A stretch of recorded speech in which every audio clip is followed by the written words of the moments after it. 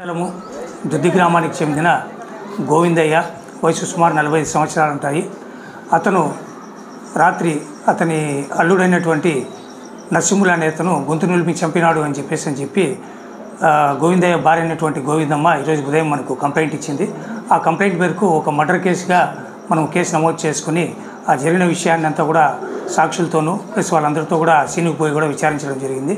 So దానికి కారణం ఏమి అంటే ఇతనికి మృతుడు ఎవరైతే ఉన్నాడో గోవిందయ్యకి 3 కూతుర్లు 2 కొడుకులు ఉన్నారు.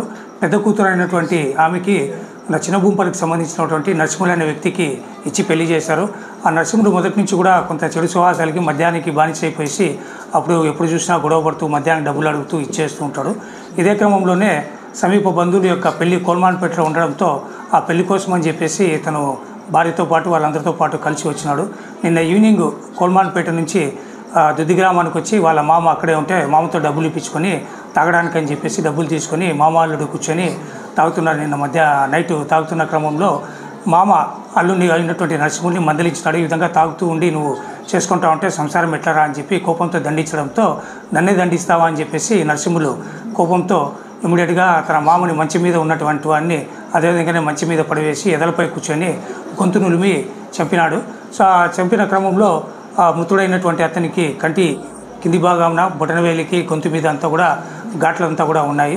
సో అది జరిగిన విషయము వాళ్ళందరూ కూడా వచ్చి విషయం తెలుసుకొని వాడిని ముద్దాయిని గురించి గట్టిగా మందలిచ్చేటప్పటికి పోలీస్ కంప్లైంట్ ఇస్తారని చెప్పి చూసి వాడు నరసింహులు అనే వ్యక్తి పరారైనాడు.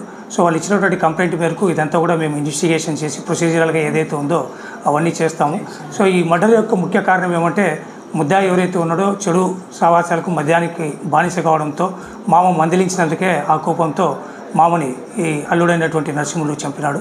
సో పరారులో ఉన్న వ్యక్తిని మేము ఇన్ఫర్మేషన్ మేరకు అతను కూడా త్వరలోనే అరెస్ట్ చేసి ఈ కేసుకు సంబంధించినటువంటి ప్రొసీజర్స్ అంతా కూడా మేము ఫాలో అవుతామని చెప్పి తెలియజేస్తున్నాను. Manjunath, inspector, Kosigi circle.